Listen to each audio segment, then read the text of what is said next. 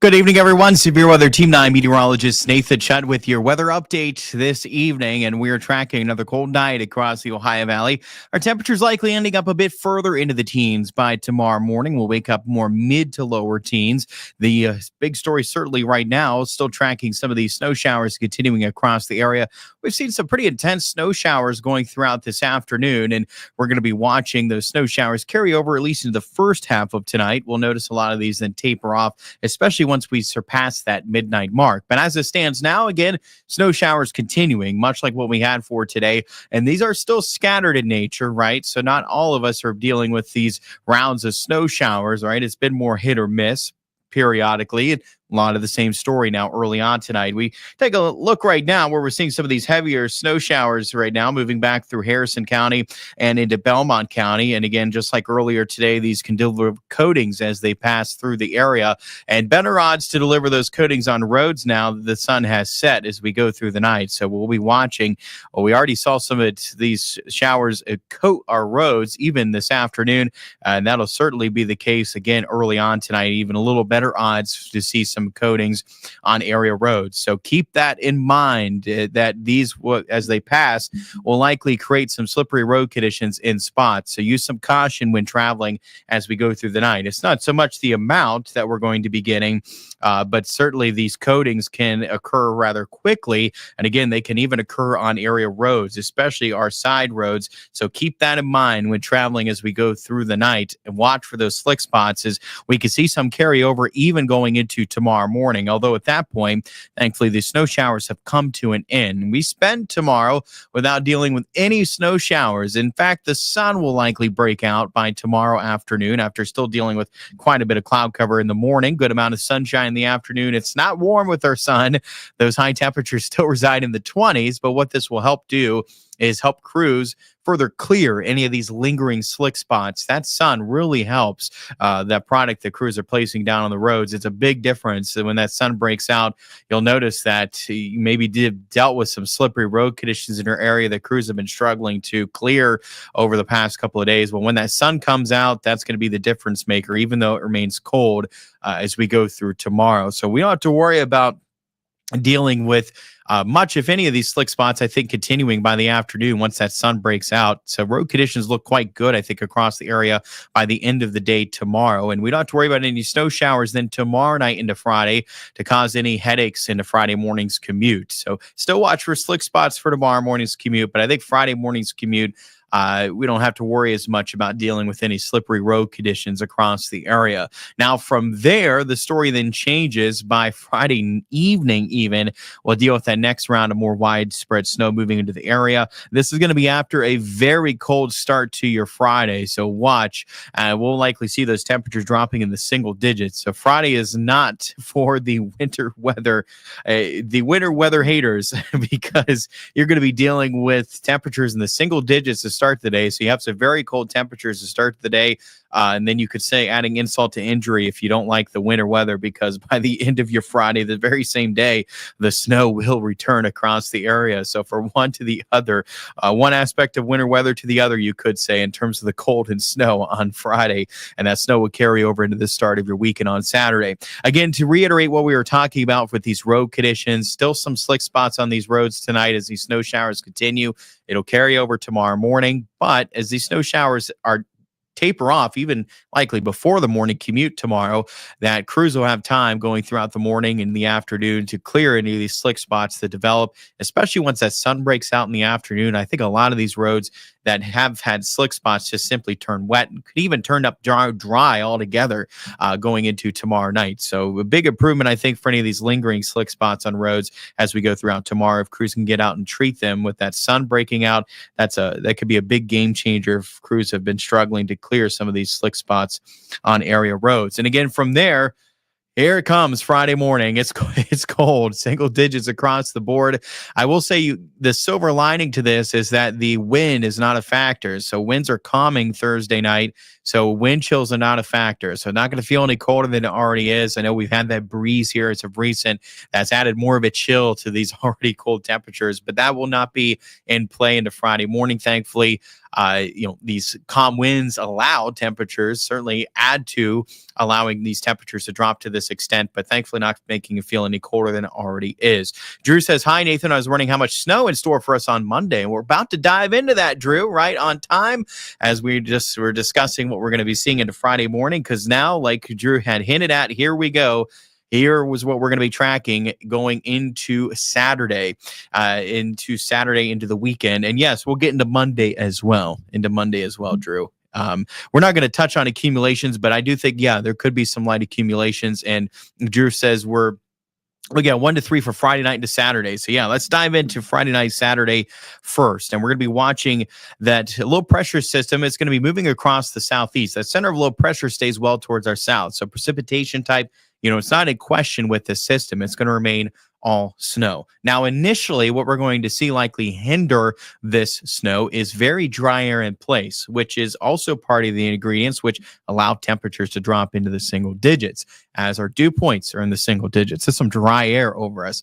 So this dry air initially likely hindering this snow from falling. So you may notice the snow moving in even around the drive home, if not shortly after the drive home, and you'll likely see it on radar, but it's just not snowing yet, right? What's happening is that snow's falling, it's sublimating before it reaches the ground. So as that snow falls into the layer of dry air, it's sublimating. It's never reaching the ground. It's snowing, but it's not reaching the ground. And the culprit is that layer of dry air. I think that's going to come into play for us going into Friday evening. Now, as this occurs, this process, what happens is our temperatures will start to drop. That's a process called wet bulbing. That's the process where with evaporative cooling, we're actually seeing our temperatures begin to drop some. So you may notice that as well, that temperatures are going to drop off some as initially the snow's struggling to reach through the layer of dry air into Friday evening. Now, eventually it does reach through, right? And it'll be Friday night into Saturday morning. Then that snow will break out.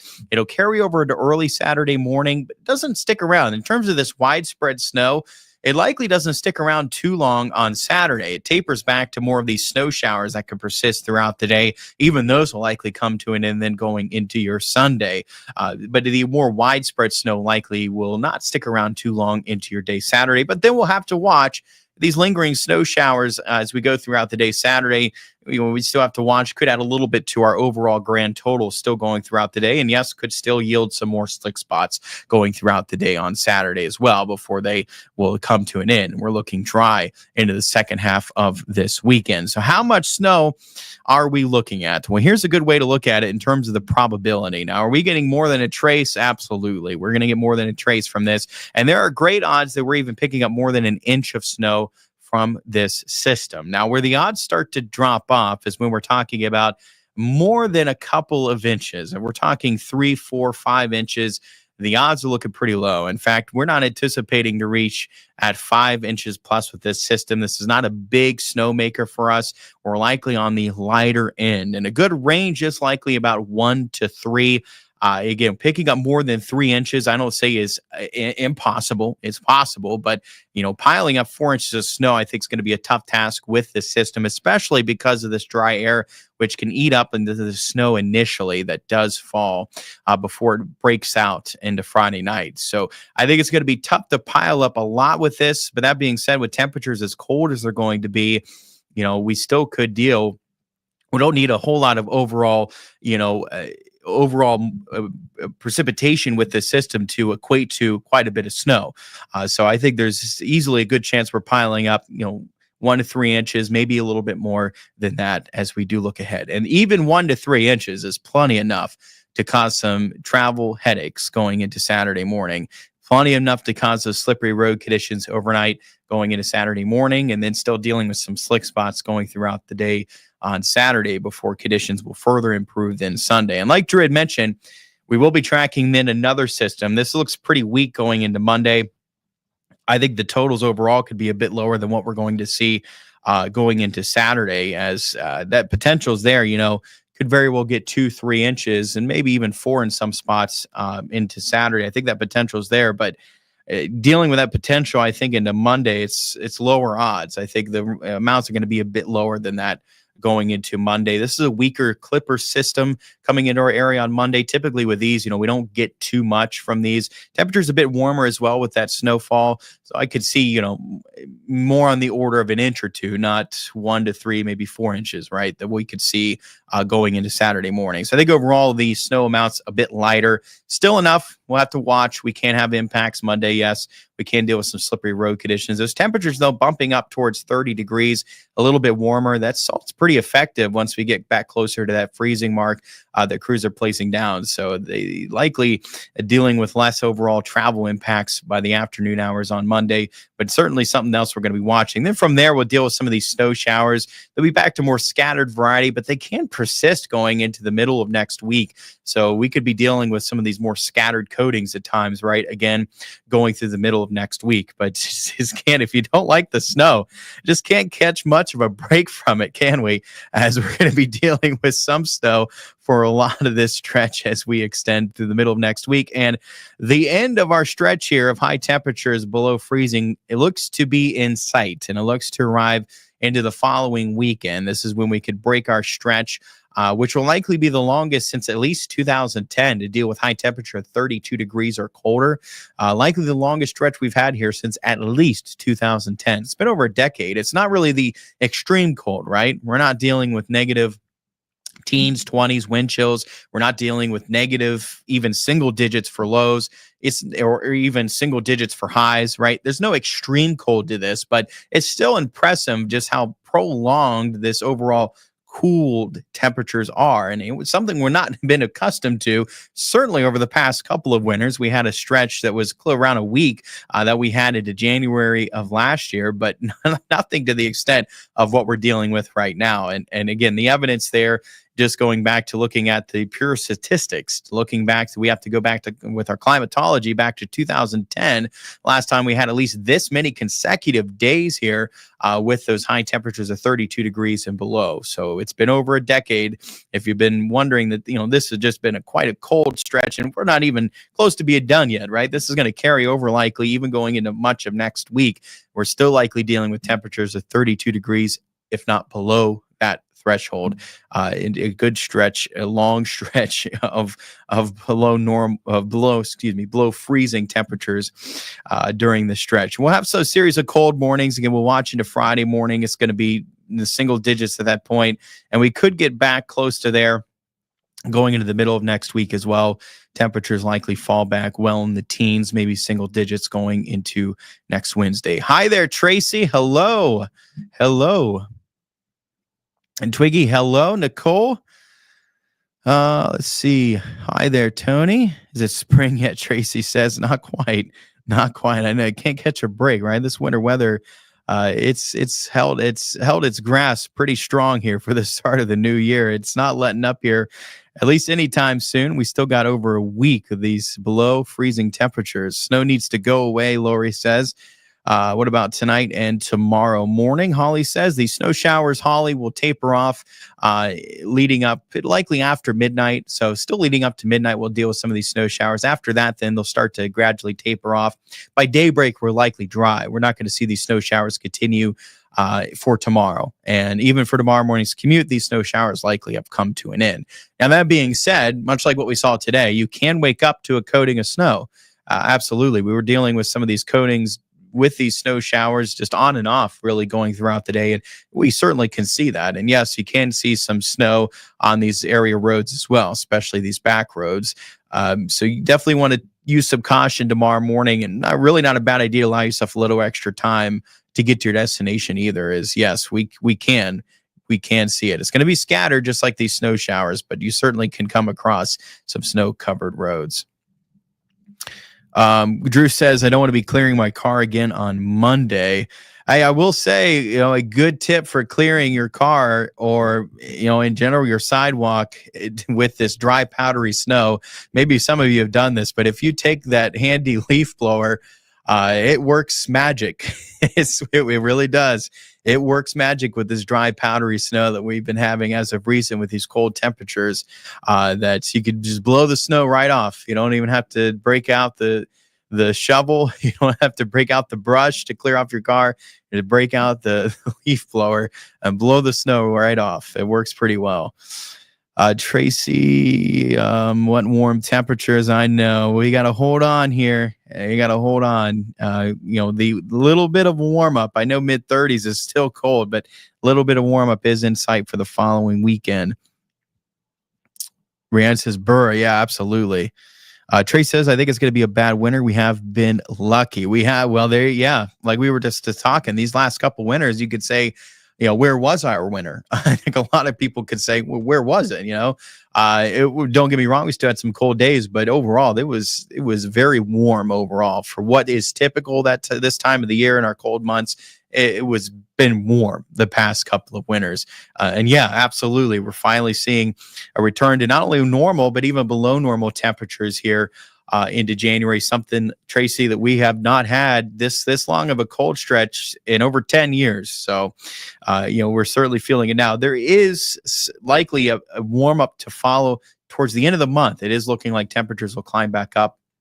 Maybe we'll flip that pattern then, not to say it's warm, right? But maybe flip that pattern back to more seasonable, if not above normal temperatures into February. But at least here looking over the next week, going through the middle of this month into the second half of the month, that it's still quite cold. But towards the end of this month, maybe we'll start to see a flip in the pattern. Don says, I'm enjoying the snow. This is a good forecast, isn't it?